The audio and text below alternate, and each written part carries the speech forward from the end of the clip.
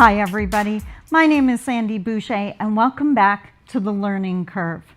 Before I start telling you about today's guest and today's topic, I just wanted to say, holy moly's, I can't believe the response we had to the first show. No matter what I'm doing or where I am, people are coming up to me in public, they're sending me private messages on Facebook, they're even emailing me. You're telling me that you not only loved the last show and our amazing guest, but you're loving the idea of this series, and I couldn't be happier. When the amazing people here at Shaw and I got together to discuss this idea, we thought we were on to something, but you confirmed it. So please keep giving us that feedback. And I want to remind you, remember, the learning curve is for you. This is so we can share information with you to help you to understand those topics that up until now have been confusing you. So if there is something that you just don't understand, it's in the papers, it's on the 6 o'clock news, and you're not sure what the conversation is about, please send me an email. You can go to the Learning Curve Facebook page. You can send a message directly to me, Sandy Boucher, easy to find on Facebook, or you can send me a direct email at sandy.boucher@shaw.ca. So please stick around. And today's topic is going to be just as amazing. Last show, Jenna Ray Yerxa knocked it out of the park. Well, I think you're going to be equally impressed with today's topic. I'm going to introduce you to Dave Cryderman. Now, he developed a series of workshops called The White Problem. Now, you got to be pretty brave to come up with a series with that kind of title. So we're going to talk about why he used that title, what he was hoping to achieve, and how it worked out for him. So get comfy, grab a coffee, get in your favorite chair, and you and I are once again going to find our way through the learning curve. Talk to you soon. Hi everybody, welcome back to the Learning Curve. I'm Sandy Boucher again, and now I want to introduce you to our amazing guest for today. I'd like to introduce you to Dave Cryderman, the creator and facilitator of The White Problem. So how are you doing today, Dave? Fantastic. Awesome. Thanks for coming out and agreeing to be my guest. That's excellent. Thanks for having me. I'm dying to share this topic with them because they have no idea what we're talking about so far. But before we get into that, I want to know a little bit more about you. So are you from Thunder Bay, born and raised, or you moved here, or what's the story? Born and raised in Thunder Bay, yeah. I left for school when I was about 19, 20. Okay. Did a few years in Vancouver, a few years in Toronto, about 10 years in total. Wow. And then came back about 6 or 7 years ago. Yeah. I'm curious, why did you come back? School was over. My wife and I had finished our schooling and we're looking to sort of settle down and get some family stuff going on. And Thunder Bay is where you where our families are and where our roots are. So awesome. Yeah. I love that. You came home. So did I, right? So I got to ask, you came up with a series of workshops. Why did you name them The White Problem? That had to get attention. So I think there's a few reasons for the name. One of them is attention, to sort of shift the lens and shift the conversation. Historically, in this town, in this country, we talk about the Indian problem. You know, okay. So that's, I mean, Duncan Campbell Scott, who set up the residential school system, did so to eliminate the Indian problem, right? So to avoid, I mean, I'm a white settler who it doesn't make any sense for me to talk about issues in Indigenous communities. It makes sense for me to talk about issues in my own community. Wow. And to look at that community and try to have conversations with people about, you know, how are we creating problems as opposed to trying to propose solutions to problems we create in the first place. That makes total sense. Wow, and I didn't realize that.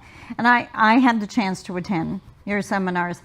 And I'll admit, when I first saw the advertising, I was like, whoa, did it seriously say The White Problem? Because as an Indigenous person, yeah, I mean, it's not like I haven't had the conversation, but you had the guts to go out there and just blatantly name it. So Well, there's actually very little risk for me, and it was very interesting. Really? In doing that, there's little to no risk for me to do that in the community because of my relationship to power structures at play. Okay. I don't feel, in danger for speaking out about that in the community. It doesn't feel unsafe for me. There are some reactions, some negative reactions for sure that I hear from people, but there's also tons of positive reactions and tons of praise for, wow, you're speaking out about this. And it speaks a little bit to part of what the white problem is that, when I stand up and say those things or talk about those things, it largely are just things that I've heard and learned from Indigenous people and racialized people. The reception to my saying that in the community is very different than what it might be for an Indigenous woman to stand up and say those things. I so wouldn't say that. And I'm known for being pretty gutsy. I saw that title and I thought I would be crucified if I came out with this, and I develop seminars for a living. If I came out and used that kind of title, there is no way. No way. Yeah. Having said that, to be fair, on the other side of the bridge, when I'm in Indigenous communities and I'm talking about the challenges that we face, it's received more openly because I'm talking about our problems, not your problems. I'm not pointing fingers. I'm saying we need to fix this for the sake of our people. Mm-hmm. So, yeah. Okay, that makes sense. So tell me, for the people who have never heard of these seminars, what are the white problem seminars? Well, the last round of them that we did was done, sponsored by and supported by Diversity Thunder Bay. Okay. And so they did a lot of the logistical work and support for that. And it worked out to be a 2-hour session once every 2 weeks. Mm-hmm. So you had 2 hours to sort of have the conversation, digest some of the information, and then a few weeks to sort of go away and think about that and have conversations about it and then bring that back to the group was sort of the idea. The first session really deals with trying to establish a baseline of information. And again, part of the reason for the white problem title is to bring in people who are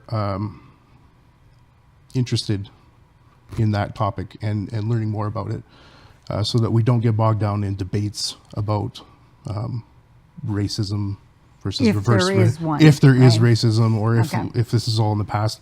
This is very much in the present. And so part of that was to really get people in who are at a certain place where they want to do more, learn more, and to work together to find out ways that we could do that. So the first session was really to sort of establish a baseline that we're all there on, some sort of statement of facts. And again, it's not my ideas or my information. It's stuff that I've learned or read or had feedback on from either writings of Indigenous people or racialized people or actually conversations and relationships.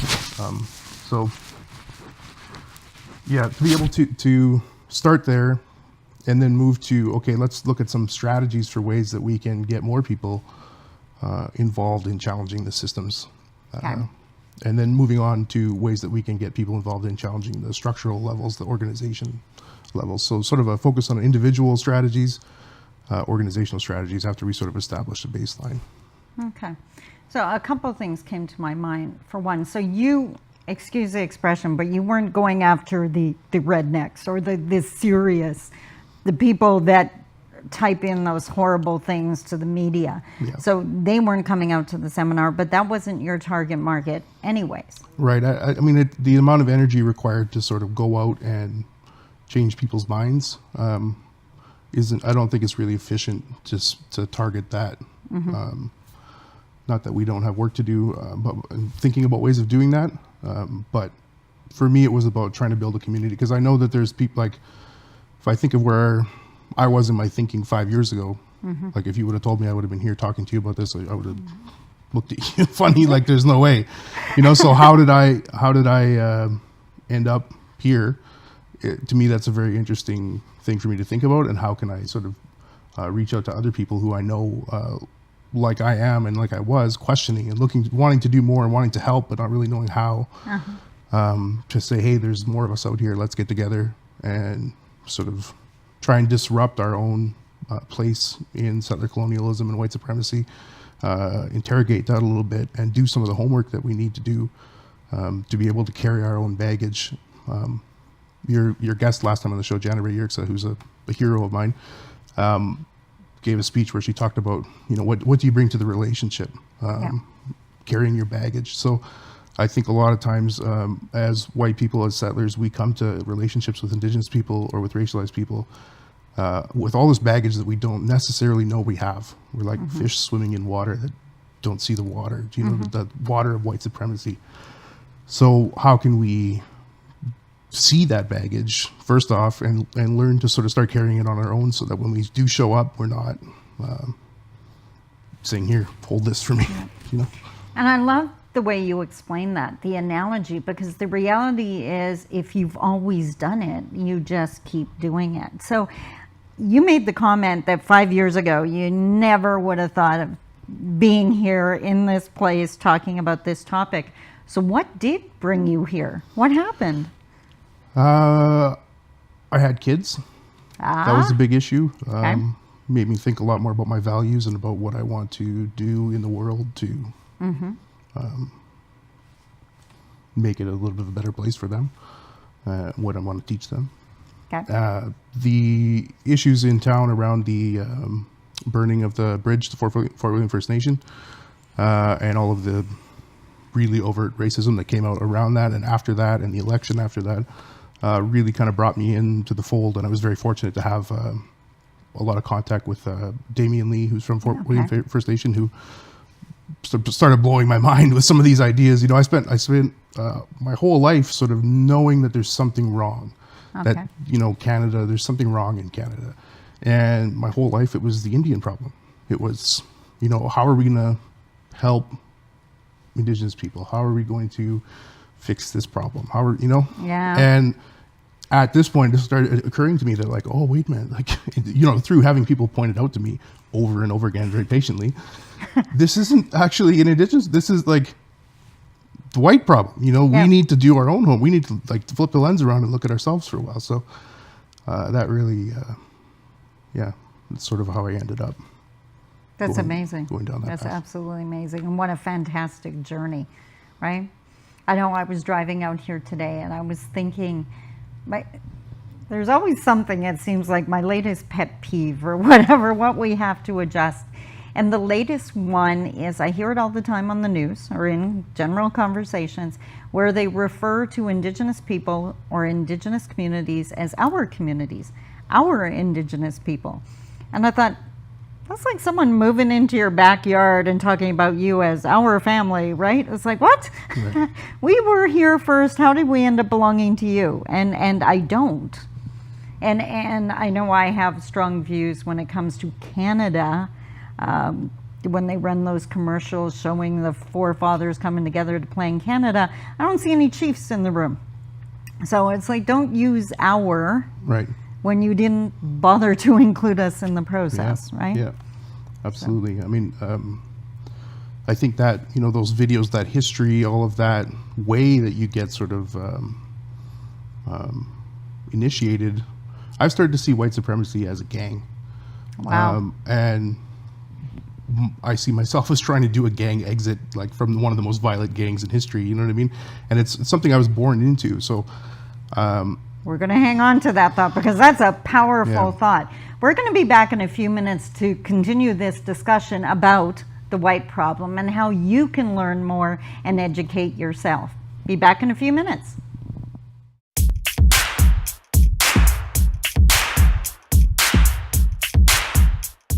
Hi everybody, and welcome back to The Learning Curve. Today we're here with Dave Cryderman and we're discussing the white problem.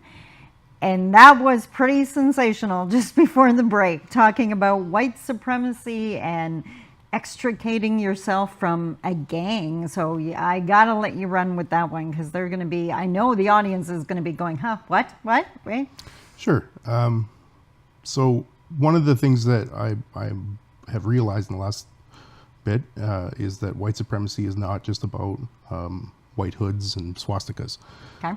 White supremacy is the structure that is the structure of our whole society. It's the structure that makes me, a white middle class settler man at the center, and the world is sort of made in my image and for me in lots of ways. So much so that I never really have to even think about being white if I don't want to. And whiteness, one of the big things that we do in the workshop is to try and very quickly make sure that we show that whiteness isn't necessarily about skin color. Like how white do you have to be white? So we ask questions like, what does it mean to be white? How do you know you're white?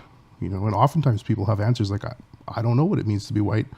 And I'm not really sure how. Someone like, I'm just white. I don't know how, And there's a level of discomfort with even using the word white and pointing out whiteness or white people, or white supremacy. People kind of, they bristle at that. But we don't bristle at saying indigenous, right? We don't bristle at saying, the city has an Aboriginal liaison unit. But I bet you if Fort William First Nation had a white liaison unit, we'd be someone would say, wait a minute, that's racist. You know what I mean? Well, it's important to put ourselves into that context and to get used to seeing that, because we don't our whole life. So back to the gang analogy, my whole life I grew up looking at white men prime ministers and a history of white men who built this country and Canada as a peaceful, inclusive and tolerant nation, and all of these sort of the mythology, our national mythology and our societal mythology, that told me that basically I could do whatever I want and the world is made for me. Everybody looks like me, everybody talks like me. I'll be congratulated and seen as kind if I tolerate other people coming into that bubble. That's sort of, so that to me is kind of an explanation of white supremacy. And when you realize from the inside, you don't necessarily see the violent effects that has on people who don't get included in whiteness. And what an interesting thing is that throughout history, who gets to be white has changed, right? Italian people, Polish people, Jewish people, Irish people.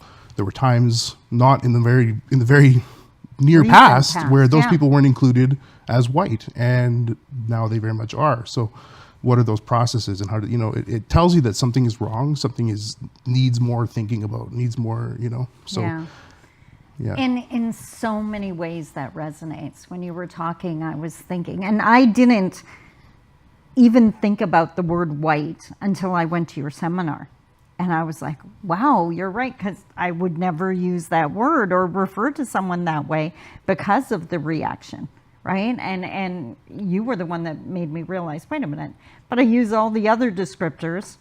Why am I not? Why is there an issue? But I was thinking, as a marginalized woman, whether you're an Indigenous woman or whatever group, it's like a double whammy. Because there's times I can walk in, it happens all the time now as a businesswoman, where I'm walking into a room and I'm the only woman, or I'm definitely the only Indigenous person there, right? And yes, they're welcoming because I'm there, right? So I can totally get that. That's where the power sits. And I think interrogating that power is really the purpose of the workshops, and the purpose of trying to get people motivated and build a little bit of a community in the white settler community of people who are trying to support each other in doing that and build relationships from an anti-colonial place. Exactly. With that in mind. Which was one of the reasons I wanted to do this show. For those people, those good-hearted people, non-Indigenous people that I saw and had the pleasure of meeting, who wanted to change things, who wanted to see a difference, but who were so conscious of all the horrific things that had happened that they were really nervous about how to step forward, right? So that's absolutely amazing. So I have to ask, you did this series of seminars that I attended. So did you get the reaction you hoped for? Did you achieve your intent? I think it was a step. It was a step. I mean, it's. We had a full house. We had a waiting list for the first round of workshops of people to come. And there are several people that through that workshop process who are still in contact. Recently, we've sort of, some people from that group and other people that I work with prior to putting on the workshops who are also instrumental in sort of thinking about a lot of the concepts through with me, have gotten together to put sort of a white person's racial skills and stamina group together for us to sort of talk about that, being very open and welcoming to any Indigenous or racialized people who want to come in and give feedback or participate or whatever, but recognizing that it can be messy. We make a lot of mistakes and because we're not really comfortable dealing with race because we've never really had to. We need to build the stamina up to overcome that and work with each other and rely on each other and support each other through that, because it's not an easy sort of transition. People are shaking off their identities in a lot of ways and trying to build a new one. So I think there's value in building community. Yeah, and it's definitely a process. I was thinking of that onion, one layer at the time, because you master that one part, and then, like you said, you trip up over the next one, and it's really examining everything you've taken for granted and just didn't even think about up to now, and re-examining it, unpacking that baggage, as Janice said, and as an Indigenous person, I have to do the same thing, and looking at who am I, what is my culture, before I was told what my culture is by outside forces, right? So pretty amazing. So what's the future plans? What we're going to do, Diversity Thunder Bay has set up to do another round of workshops. Excellent. And I'm hoping that this sort of skills group idea that it's in early stages, but that seems to be coming together, can sort of interact with the workshops in some way so that people who come to that can have a place to continue on, because just a one workshop session doesn't really do much of anything, right? So we need to have a sustained way of doing things, and we need to build the capacity to support and stand like in the streets when necessary. Exactly. And sort of show up in person. That's a big piece of that, to build that community. And it's huge. And again, as an Indigenous person, I love it when I see our allies, the action-oriented people that we talked about last time, showing up and support, not taking up a huge amount of space, not grabbing the microphone, but being there just to be there in support. That's amazing. So I have to ask, you're from Thunder Bay, you returned here to raise your family. Do you see an improvement? Is it getting better? I don't know. I mean, I definitely have been consistently pleasantly surprised by how many more people are out there who want to do more and want to get involved. I was very surprised that the workshops were, as so many people reached out saying, hey, this is really needed. We really want to talk about this, Awesome. So that was really good. I hope if this results in a group of some building of community and relationships in real life, going forward, I'm going to live in this community for the rest of my life, as far as I can tell. This is my home. This is where I made my home. So those relationships are things that I look forward to building over many, many years. Exactly, and I feel the exact same way. I came back here. This is the place I love, and yes, there's challenges, and there's definitely areas that scare me and make me nervous, but we're having these conversations now, and we're having these seminars now. So, and we're having this TV series now. So I see things, at least we're heading in the right direction.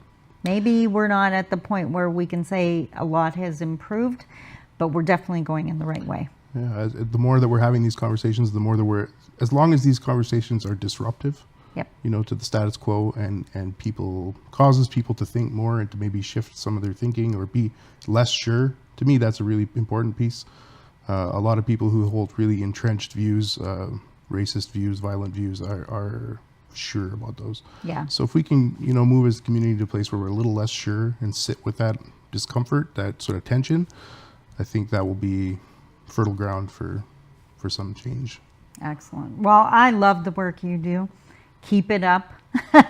We need as many people as possible out there working through the learning curve to get us to where we want to be. So if the audience wants more information, how do they get that? How do they get hold of you? They can certainly reach out to me by email, Dave Cryderman, DaveCryderman @gmail.com.